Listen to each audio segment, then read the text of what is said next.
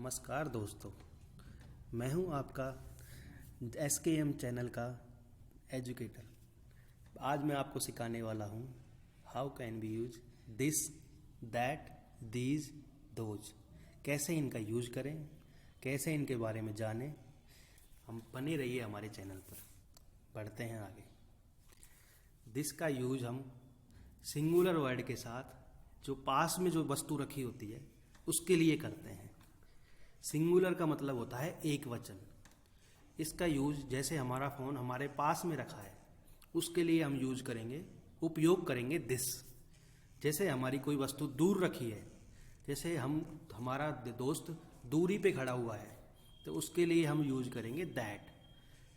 अब these plural, ये use होता है बहुवचन के साथ अर्थात प्लूरल के साथ।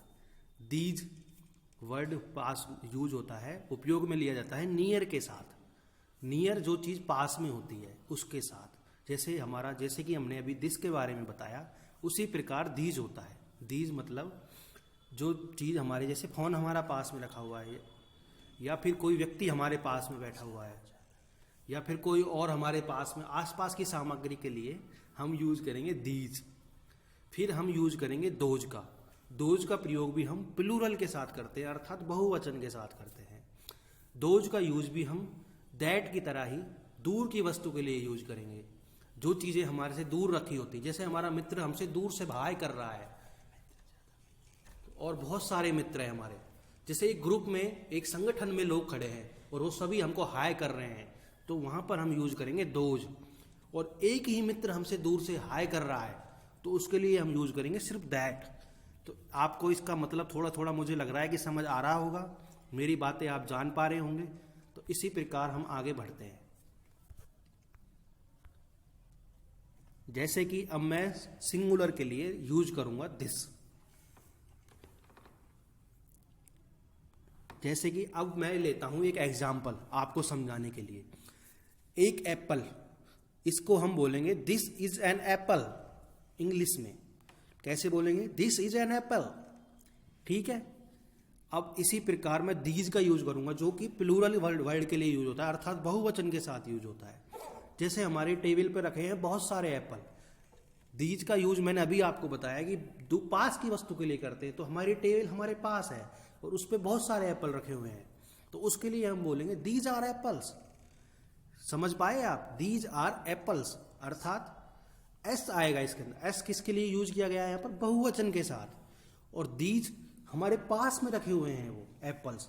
इसी प्रकार मैं आगे बढ़ता हूं। अब मैं यूज करूंगा दैट का।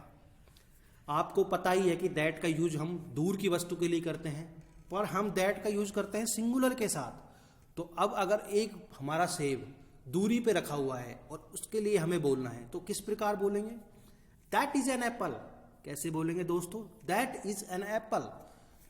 तो आप मेरी बातें समझ पा रहे होंगे। इसी प्रकार आगे बढ़ते हैं दोज पे।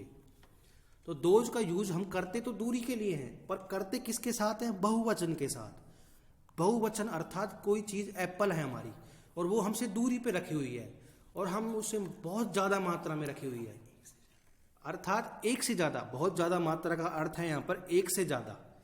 अब मैं समझाता हूं आपको। एक से वो 10 हो, 20 हो, 30 हो, उससे हमारा कोई लेना देना नहीं है। वो एक से ज्यादा होनी चाहिए। एक से ज्यादा चीजों के लिए हम यूज करते हैं बहुवचन। बहुवचन में अब यूज करते हैं, कैसे बोलते हैं? Those are apples. अब इसके अंदर मैंने यूज किया दोज आर एप्पल्स अर्थात एस लगाया मैंने आखिर में। एस किसके लिए यूज हुआ है? बहुवचन के लिए। मुझे लगता है दोस्तों आप समझ पाए हैं दिस और दैट। तो वो तो लगता है मुझे कि वो सरल होते हैं, लेकिन दीज और दोज में अभी भी मुझे लग रहा है कि कुछ कंफ्यूजन आपके इधर उधर का होगा। तो उसके लिए मैं आपको कुछ एग्जाम्पल और सिखा देता हूँ। बने रहिए मेरे चैनल के साथ इसी प्रकार की वीडियो देखने के लिए। देखिए दोस्तों, दीज और दोज के और कुछ है आसान से example. Look at this bracelet, मतलब यहाँ पर ब्रेसलेट्स अर्थात ये प्लूरल वर्ड के लिए यूज हुआ है क्योंकि यहाँ पे है many bracelets on my wrist.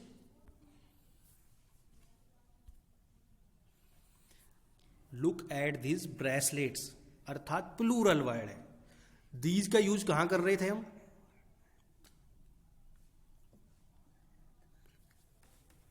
These का यूज हम कहाँ कर रहे थे, आप बताइए। पास के लिए यूज कर रहे थे दोस्तों, पास के लिए। यही चीजें तो गलती करते हैं हम, दीज का यूज पास के लिए करते हैं दोस्तों। अब दोबारा सीखिए, लुक एट दीज ब्रासलेट्स। दीज होगा तो प्लूरल के साथ, लेकिन यूज होगा वो पास की चीजों के लिए, क्योंकि वो हमारे हाथ में है।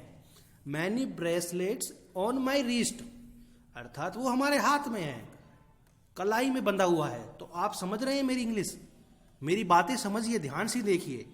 इसी प्रकार की गलतियां हमें नहीं करनी है। तो दूसरा वर्ड मैं आपको सिखा देता हूं, who put these cup cakes, अर्थात पास में रखे हुए हैं हमारे कप केक्स, और वो केक कम है, अर्थात सिंगुलर है, एक ही कप केक है। सॉरी दोस्तों, मुझसे थोड़ी गलती हो गई, वो बातों में हो जाती है ऐसी कभी कभार। तो मुझे लगता है कि वो मेरे से भी कभी कभार हो जाता है, आप इसके लिए मुझे क्षमा करें। पर वो दूर है, पास है, लेकिन वो भी प्लूरल है। मैं समझ पा रहा हूँ आपकी भी दिक्कतें, तो इसके लिए मुझे लगता है कि आप मुझे क्षमा कर देंगे। कम है वो, मैं भी समझ रहा हूँ, कम है वो, पर वो प्लूरल में है, अर्थात एक से ज्यादा है। अर्थात मेरी मम्मी के द्वारा जो कप केक लाए गए हैं वो बहुत सारे हैं, लेकिन मेरे पास में रखे हुए हैं, अर्थात मैं चीज यूज करूंगा दीज का पास के लिए, और कप केक होंगे बहुत सारे मेरे मित्रगणों के लिए। और अब देखते हैं अगला वर्ड। अब सोच दोस्तों, दोज आर माई बुक्स। बहुत सारी किताबें हैं जो रखी हुई हैं, और मैं मेरे मित्रों से कह रहा हूं कि दोज आर माई बुक्स, वो बहुत सारी मेरी किताबें हैं जो मेरे मित्रों गणों से, प्लूरल में ही। और दोज यूज किस में होगा दोस्तों, आप बताइए मुझे। अभी मैंने थोड़ी देर पहले आपको बताया था, दोज यूज होगा प्लूरल के साथ, और दूर के लिए यूज होगा दीज होगा प्लूरल के साथ ही, लेकिन वो होगा पास के लिए। आप समझ पा रहे हैं ना इन दोनों का डिफरेंस। तो दोज यूज करना है हमें प्लूरल के साथ ही, लेकिन पास की चीजों, दूर की चीजों के लिए। Those are my books. अब मैं आपको दिखाता हूं दूसरा example, those apples are big, अर्थात वो सारे एप्पल हैं जो, वो सारे बड़े हैं। दोज एप्पल्स आर बिग, पर वो दूर रखे हैं मेरे से, तो मैं उनके लिए बताऊंगा दोज एप्पल्स आर बिग। धन्यवाद दोस्तों, ऐसी ही वीडियो को देखने के लिए बने रहें मेरे चैनल SKM के साथ, और मैं आशा करता हूं कि मैं आपको समझाने में कामयाब हुआ हूँ। अगर मुझसे कोई गलती हुई है तो उसके लिए मैं क्षमा चाहूँगा, और मैं चाहता हूं कि अब आप आगे आप किस वर्ड के बारे में जानना चाहते हैं, किस में आपको दिक्कतें हैं, तो मुझे कमेंट में बताएं, और आशा करता हूं कि इसी प्रकार के आप मुझे प्यार देंगे। धन्यवाद।